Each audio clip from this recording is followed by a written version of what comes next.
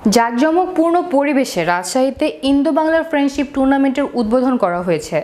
দুদেশের সেতু বন্ধনকে আরও মজবুত করতে অ্যাডভোকেট আব্দুস সালাম টেনিস কমপ্লেক্সের উদ্যোগে বাংলাদেশ টেনিস ফেডারেশনের সভাপতি ও নৌ পরিবহন প্রতিমন্ত্রী খালিদ মাহমুদ চৌধুরী এমপি বেলুন উড়িয়ে টুর্নামেন্টের উদ্বোধন করেন।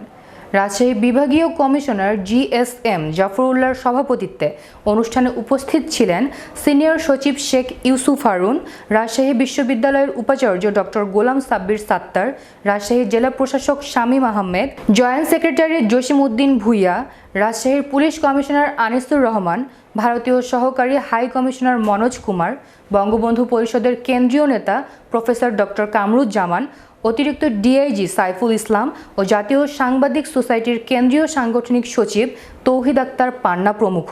অনুষ্ঠানে দুদেশের এই প্রতিযোগিতাকে আকর্ষণীয় করে তুলতে নৃত্য পরিবেশন করা হয়।